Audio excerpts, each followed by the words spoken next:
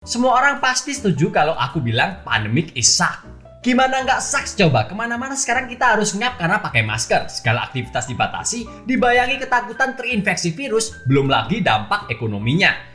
Parah banget deh. Sejak pandemi, banyak banget klien Anvada Marketing yang curhat kalau mereka sampai harus melakukan PHK ke para pegawainya. Bahkan ada yang sampai bangkrut. So, sebelum memulai konten kali ini, aku berharap semoga pandemi segera usai dan keadaan bisa normal kembali. Amin. Kenapa kok di awal konten langsung ngomongin pandemi? Karena pas aku ngerekord video ini, kurva positif COVID meningkat lagi dan aturan PPKM diberlakukan untuk kedua kalinya. Padahal rencananya bulan ini aku sama keluarga ngerencanain buat liburan. Dan hampir pasti kayaknya bakalan batal gara-gara si Kopet ini. Kampret emang Kopet.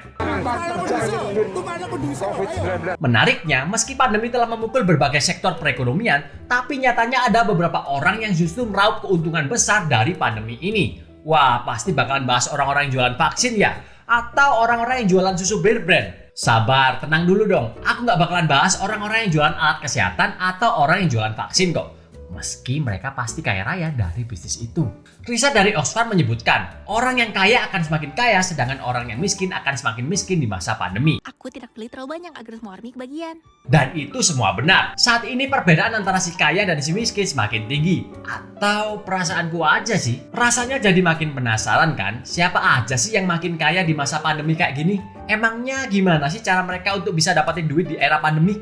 Terus apa kita bisa ya meniru cara mereka untuk menghasilkan uang? Langsung aja kita simak konten otak-atik mindset kali ini. Orang pertama yang selama masa pandemi ini jadi makin kaya adalah Bernard Arnault. Bos dari brand Louis Vuitton ini kini telah dinobatkan menjadi salah satu orang terkaya di dunia versi Forbes dengan total kekayaan bersih mencapai 186,3 miliar US dollar. Bahkan beberapa bulan yang lalu, Arnold sempat menduduki posisi orang terkaya di dunia, menggeser posisi Elon Musk dan Jeff Bezos. Sejak masa pandemi atau dalam 14 bulan terakhir, kekayaan Arnold melonjak 2 kali lipat lebih tinggi dari yang awalnya bulan Maret 2020 sebesar 76 miliar US dollar jadi 186,3 miliar US dollar. Perusahaannya Louis Vuitton Moet Hennessy berhasil mencatatkan pendapatan sebesar 17 miliar US dollar untuk kuartal pertama 2021, naik 32% dibandingkan tahun 2020. Menurut catatan Forbes, saham LVMH yang juga menaungi brand-brand mewah seperti Fendi, Christian Dior, dan Givenchy naik 0,4% selama jam-jam awal perdagangan di kuartal pertama. Hal inilah yang menempatkan kapitalisasi pasar LVMH di angka 320 miliar US dollar dan menggerek saham pribadi Arnold lebih dari 600 juta US dollar. Lantas pertanyaannya, kok barang-barang mewah yang harganya bisa mencapai ratusan hingga miliaran rupiah bisa laku keras sih di masa pandemi? Bukannya di seluruh dunia lagi krisis ya? Seorang analisis bisnis Jefferies Flavio Sereda menilai bahwa kesuksesan yang dicapai oleh LVMH bukan berarti menandakan bahwa pasar Eropa telah pulih pasca terjadinya pandemi. Karena faktanya, masih banyak brand Eropa yang melaporkan kerugian akibat terjadinya penutupan toko, penurunan daya beli masyarakat, serta lambatnya kampanye vaksinasi. Terus dari mana dong sumber pendapatan Arnold? Dan yang cukup mencengangkan, meski pasar Eropa masih cenderung sepi, tapi ternyata telah terjadi peningkatan penjualan lebih dari 86% di Asia, terutama di Cina. Dalam analisisnya yang dimuat Jing Daily, Sereda menyebut kunci dari pertumbuhan luar biasa LVMH dan merek-merek mewah Eropa lainnya adalah karena mereka melayani klien lokal Cina. Brand-brand itu merayakan tahun baru Imlek dan Valentine di Cina dengan meluncurkan koleksi khusus. Dior bahkan sampai memberikan penampilan khusus di Shanghai Fashion Week hingga menjadwalkan toko pop-up dan pameran di kota-kota besar di Cina. Perekonomian Cina yang sudah kembali tumbuh menjadi juru selamat tersendiri bagi brand-brand mewah global yang penjualannya terjun bebas selama masa pandemi. Pada kuartal kedua tahun 2020, ekonomi Cina mampu bertumbuh 3,2% secara year on year. Dan bahkan, di negeri pada itu setidaknya ada 24 orang yang menjadi miliarder dalam periode Januari sampai Juni 2020. Wadaw nggak tuh? Hal ini juga didukung dengan banyaknya jumlah initial public offering yang berlangsung di sana dan literasi pasar modal yang cukup tinggi. Aku tahu apa yang kalian pikirkan. Otak-otak konspirasi pasti mikirnya macem-macem nih.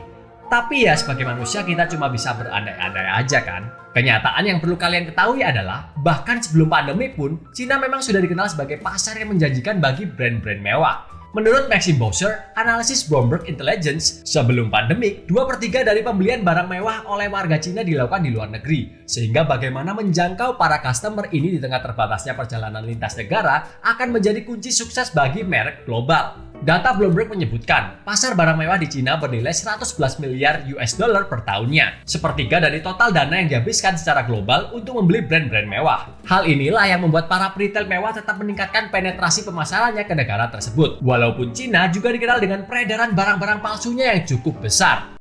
Konspirasi lagi nih. Negaranya banyak memproduksi produk-produk KW, tapi para miliardernya malah belanja produk-produk branded. Tahu ah. Orang yang kaya di masa pandemik berikutnya adalah Eric Yuan, bos dari aplikasi Zoom. Pandemi yang membatasi aktivitas manusia membuat penggunaan berbagai macam platform sosial media meningkat drastis. Apalagi sejak pemerintah mencanangkan program work from home dan physical distancing. Layanan penyedia meeting online seperti Zoom jadi kebanjiran user. Zoom berhasil menarik hampir 105.000 pelanggan baru pada kuartal 2 tahun 2020. Kelihatannya sih seperti nggak terlalu besar, tapi dengan angka segitu aja, buktinya udah bisa menghasilkan pertumbuhan pendapatan sebesar 81%. Saham Zoom Video Communication meroket ke level tertinggi di awal September 2020 lalu. Menurut perkiraan Wall Street, pendapatan Zoom saat itu mencapai 500,5 juta US dollar. Menurut laporan Zoom sendiri, pendapatan perusahaan juga naik 355% per tahunnya atau setara dengan 663,5 juta US dollar. Secara nggak langsung hal itu tentu menguntungkan founder bisnisnya, Eric Yuan. Pada periode awal September 2020 yang lalu, tercatat Eric Yuan mampu menghasilkan kekayaan hingga 6,6 miliar US dollar atau setara dengan 92,4 triliun. Selain karena faktor eksternal itu, kesuksesan Zoom juga berasal dari produknya yang menawarkan paket 3-in-1, HD video conferencing, mobility, dan web meeting. Dan paket itu bisa didapatkan dengan harga kurang dari 15 dolar saja. Dibandingkan platform lain, harga itu sudah termasuk yang termurah sih. Zoom bahkan juga menyediakan paket gratis yang memberikan kesempatan user melakukan group meeting dengan durasi 40 menit dan maksimal 100 orang. Lumayan banget kan? Makanya nggak heran kalau Zoom begitu populer di kalangan para mahasiswa, organisasi masyarakat, hingga para pekerja. Dan orang terakhir yang akan kita bahas adalah John Foley. John Foley adalah seorang pendiri sekaligus CEO dari Peloton Interactive Inc., sebuah perusahaan produsen alat olahraga seperti sepeda dan treadmill. Perusahaan ini didirikan pada tahun 2012 di New York City dan mulai menjual sepeda pertamanya pada tahun 2013. Karena sebagian besar negara di dunia memberlakukan lockdown, produk-produk alat kesehatan yang dijual perusahaannya pun mengalami kelonjakan permintaan. Lewat aplikasinya, Peloton juga menyediakan membership untuk mengakses kelas dan fitur tambahan pada peralatan olahraga mereka yang seharga 13 US dollar. Jadi Foley bukan hanya menyediakan alatnya, tapi juga kelas-kelas olahraganya, dan inilah yang membedakan perusahaannya dengan produsen alat olahraga lain. Pada tanggal 25 Maret kemarin, untuk pertama kalinya dalam satu hari, lebih dari 1 juta latihan diberlakukan oleh para member Peloton. Pada bulan April, debut program mereka Live From Home memecahkan rekor sebelumnya untuk live class terbesar yang diikuti oleh 23.000 peserta. Foley juga berencana untuk membuat produk yang dijual seharga 2.245 US dollar dan bisa dicicil selama 39 bulan dengan paket yang bebas bunga. Dia berekspektasi kalau biaya aplikasi dan alat olahraga yang dia tawarkan bisa lebih murah dan aman dibandingkan harus pergi ke gym sekalipun. Produk-produk yang menjawab permasalahan customer dan zaman itulah yang membuat saham perusahaannya melonjak drastis dan membuat kekayaan Foley mencapai 1,2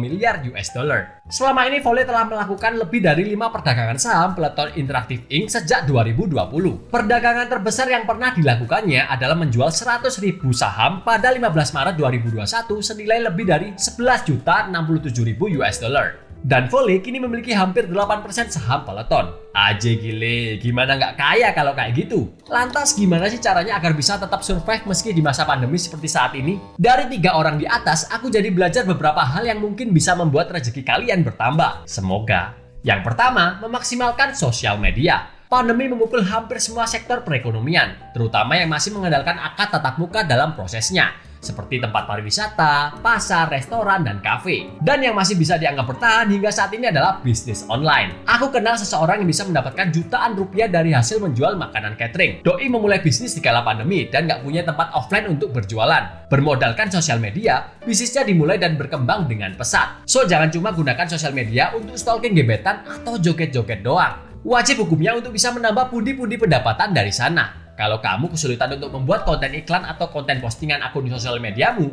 kamu bisa hubungi Anfaedah Marketing, agensi iklan khusus all shop yang bisa membantumu untuk mengembangkan akun sosial mediamu mulai dari harga 150 ribuan aja. Mau tanya-tanya atau sekedar konsultasi konten marketing juga bisa. Aku taruh link WA dan Instagramnya di kolom deskripsi ya. Yang kedua, fokus untuk menyelesaikan masalah customer. Ada banyak banget all shop bangkrut karena fokus mereka cuma jualan. Aku tahu produkmu itu berkhasiat dan bagus banget, tapi customer nggak peduli sama hal itu. Yang mereka butuhkan adalah masalah yang mereka hadapi saat ini bisa selesai. Jadi kalau ngomong sama mereka, selalu gunakan penawaran yang bisa membuat mereka percaya kalau produkmu itu bukan hanya sekedar bagus, tapi juga mampu membantu menyelesaikan masalah mereka. Contohnya seperti Zoom yang mampu memberikan solusi meeting secara online di kala pandemi, atau Proton yang menyediakan alat dan aplikasi kesehatan yang dibutuhkan masyarakat di era pandemi seperti saat ini. So, alih-alih mencari produk apa yang laris, mending fokusnya diganti menjadi cari masalah apa yang ingin kamu selesaikan. Oke?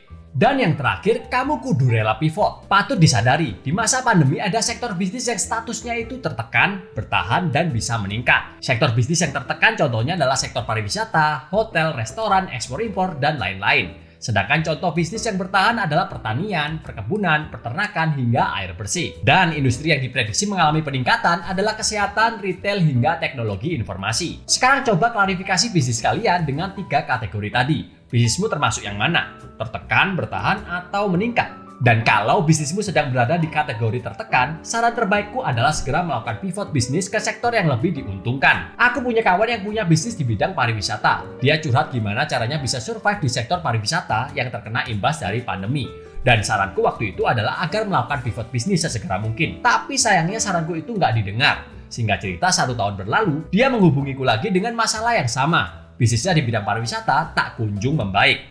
Dan endingnya dia memutuskan untuk membuka bisnis kuliner.